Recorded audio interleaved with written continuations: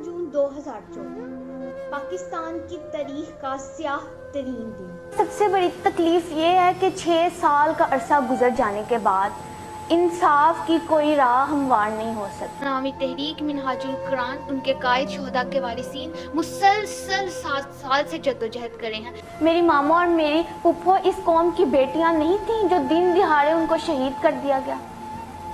आला अदलिया अदालत उज़्मा से हमारी ये दरख्वास्त है अफवाज पाकिस्तान से कि आप हमें इंसाफ दिलाएं।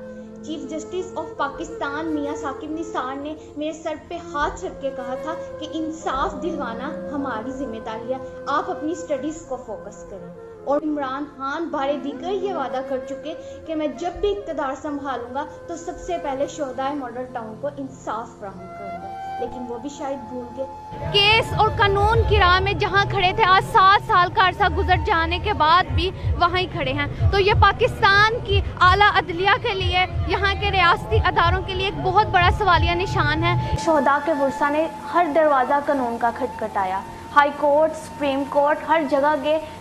मेरा तो इस जुमले पे यकीन है कि किताब सादा रहेगी कब तक, कभी तो आगाज़ बाब होगा।